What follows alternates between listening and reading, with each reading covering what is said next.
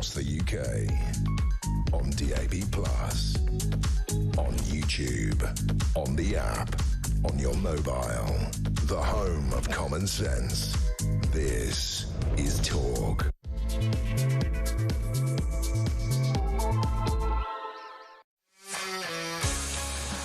Welcome back. It is now 2 weeks and 4 days since two Muslim brothers and a couple of other guys were arrested after the most extraordinary punch-up involving coppers at Manchester Airport. You know what I'm talking about. The brothers are Muhammad Amaaz and Aamer Anwar. Now, they were caught on film raining punches down on serving police officers. Three of whom were so badly hurt they had to go to hospital. One of them was a woman whose nose was broken.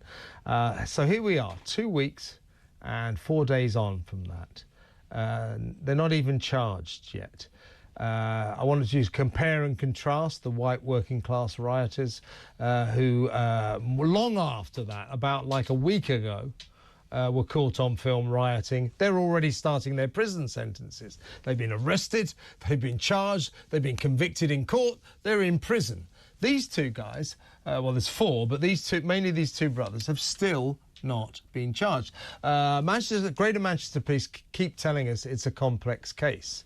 Now, the problem is, though, by not charging these brothers, you create a kind of legal vacuum. So we're a warm welcome to Barrister Andrew Eborn. Pete Barnes is still with me, and Andrew will confirm, legal expert in a second. Because they haven't been charged, we can speculate, we can chat away about it, we can say whatever the hell we want.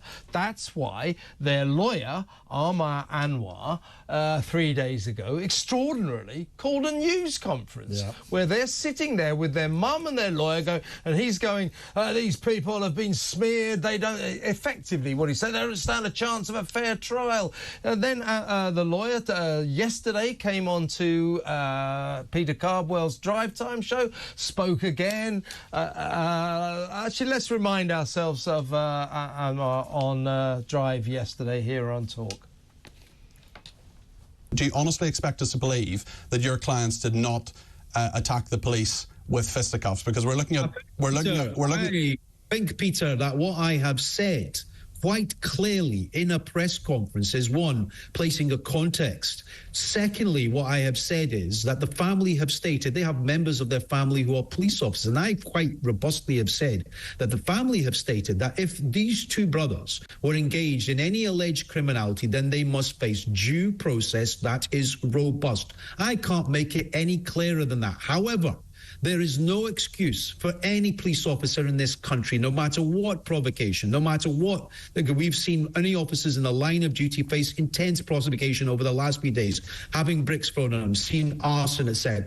Police officers being pulled off bikes. However, it doesn't allow for police officers in this country to be judge, jury and execution. It doesn't allow anyone to use illegitimate, disproportionate and excessive violence. And of course, that was why there was concern around a police officer running up to somebody's head, kicking it and trying to stamp on it. That's the allegation. And that's as a result of which we find that a police officer is presently suspended, subject to an investigation. Now, these are all matters that require to be investigated by the Independent Office for Police Misconduct. Extraordinary. What he's doing here, Andrew, by the way, the only development, it happened, I think, yesterday. Yes. We found out a second police officer is under investigation. So extraordinary what he's doing there, and as I stress, he's well within his rights to do this because they haven't been charged, he's conducting the case in the public arena. So Manchester Police, they keep saying it's complex, bear with us, but their lethargy on this is really scandalous because it's allowing us to talk about it, it's allowing their lawyer to say they can't get a fair trial. This is a disgrace, isn't it? It's an absolute disgrace, and I always say that trust comes comes in on foot and leaves on horseback.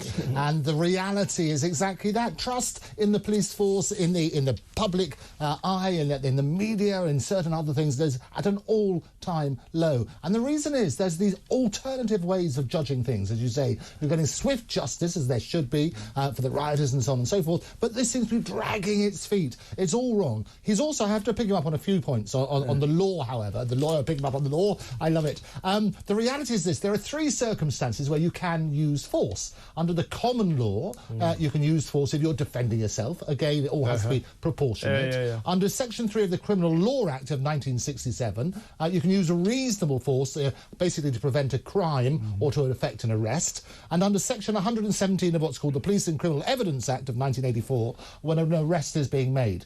The question is always about reasonableness and is it proportionate in the circumstances. What happened with this case? It highlights all sorts of things. We had drip-fed stories. The first story that came out was that terrible video showing somebody, apparently, in inverted commas, it was fairly obvious to me, but they were stamping on somebody's head. And you had to say, well, what are the circumstances for that? The guy was on the floor and everything else. The second video to get released was the other side of it, which was all kicking off at the beginning. Kind of changed the picture, didn't it? So you're getting the whole thing. Apparently, this new case coming out is something else. It's to do with this pace, basically, which is rather similar to pepper spray. It's illegal for members of the public to use it, but the police can use it. It's illegal under the Section 5 of the Firearms Act. You know about that? I'll tell you why. We had a phone call last night from some guy who said he's very worried about his wife's safety, you know, as the streets become more and more safe, and he's going to thinking of getting her an alarm. I said, well, a very good idea. I mean, you should also maybe get her some pepper spray. Then I had to say, really sorry, you can't get pepper spray. It's illegal. Yeah, I know about that. But here's the thing. This you as a barrister, I mean, me as a journalist, I've covered a lot of cases. I'm as aware of this law, you know, both sides of the fence. We're very aware of this law. Sub judice. Sub judice has gone to the wind because there isn't any sub judice, because effectively, this case has not started. It doesn't start until they charge. And the Manchester police have allowed this case to be conducted in the public arena. And Anwar, the lawyer, I think he's a very good lawyer. I can see what he's up to. I can see what he's up to. When it gets to court, he's going to go, come on, how can they possibly have a fair trial? And he might have a point. By the way, to get back to the actual details, which we shouldn't be able to discuss, but we can, for the reasons we just explained, my view when I first saw the copper kicking his head and stamping on it was, well, you know, doesn't look like those two guys are exactly saintly here, but that copper went over the top. When I saw the next film, you know, with them going berserk, raining punches down, I thought, well, actually, there might be some justification for this, because these guys look like they're deranged with fury, in a frenzy, and maybe the only way to subdue them was extreme violence. And absolutely right. And I'd say that's where you need to look at this Section 3 of the Criminal Act and basically work out, Criminal Law Act, you say, is it reasonable in the circumstances? Well, we don't know yet, because we haven't seen all the circumstances. And even the videos that we have seen is not the full picture, because the latest cases, say, kicked off afterwards. So what we need to do is everybody needs to get round and say, look, this is the whole picture. I always say history repeats itself because we don't learn the lessons from history. The reason trust is at an all-time low is because we're not acting in a way where we look at the optics. We have to work out, how's this going to be perceived in the public eye? And clearly, all the points you make are brilliant, as they always are. That's why I love Of course. I can't be here every week. I love it. It goes without saying. We could sort out the world's problems here. We could. But the reality is that. Let's move on to Gaza now. Gaza, we sort out. Well done, we can do the lot here. What do you make of it, Pete? For me, I look at this as nothing more than the Greater Manchester Police is paralysed with fear because of the they're worried about Islamophobia. And they're worried about Islamophobia. That is the reality of it. I look at this from a political point of view. I do not be under no illusions. Police forces are political entities in their own right, and they will have enough advisors saying, don't do that now, because they're all going to kick off and say, look at what happened at Rochdale Police Station at just the first video. You go along and you charge these two guys. I agree with you two that they should have been charged already, because again, we see one group gets really swift justice, one group does not, and you are going to end up with a bigger problem on your hands. I do think this is a perfect example of two-tier policing, and the police, and I agree with Andrew, makes an excellent point. We're all just throwing each other's backs. We're all making excellent points. That's a really lousy point. But the police going around saying, you just got to trust us, I'm sorry, is not going to wash anymore. And it doesn't wash. Trust comes in on foot and leaves on horseback. They've lost that trust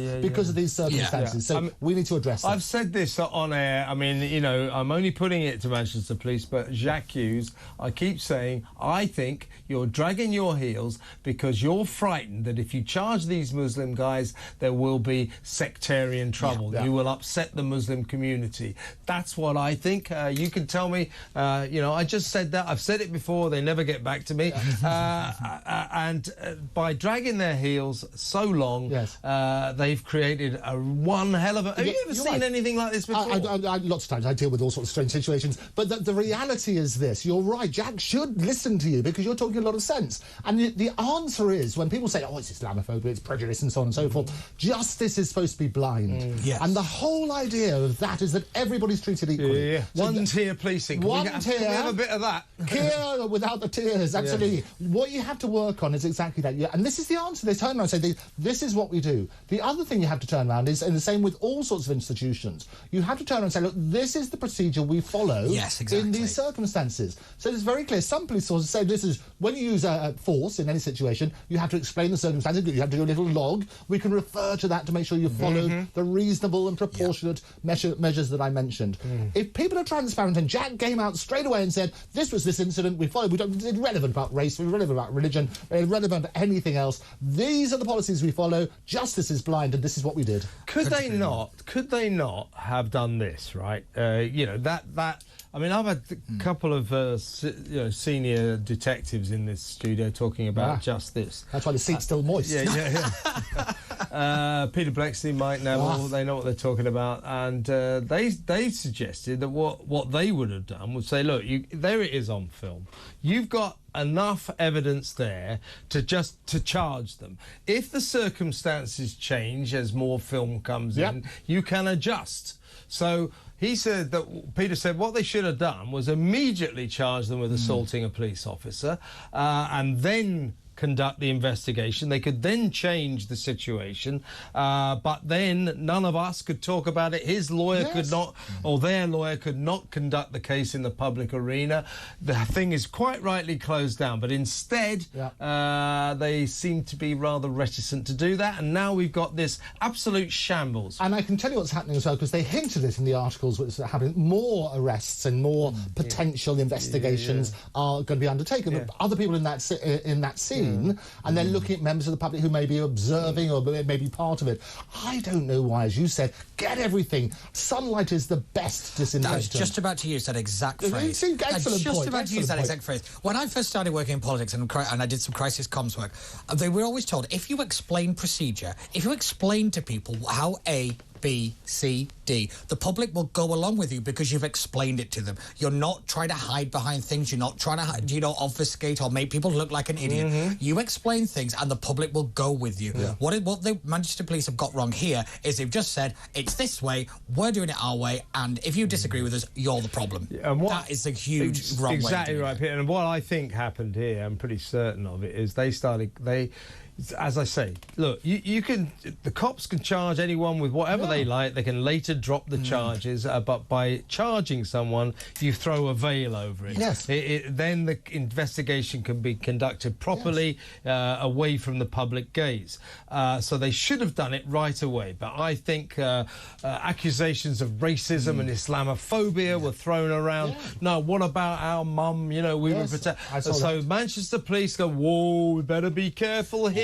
And in their reluctance to get involved in what might have become a sectarian issue, they have caused one hell of a mess. Of course, and what they need is to employ a master communicator such as yourself to turn around and say, this is the message we're doing. And I go back to the central point, is justice is blind. Don't bring in race, don't bring in religion, don't bring in any other factor. Justice is blind. We're going to look at this. These are the procedures that we follow, and we follow regardless of who you are. So just to reiterate this point, you know about all this stuff. I mean, I've got some knowledge of it myself.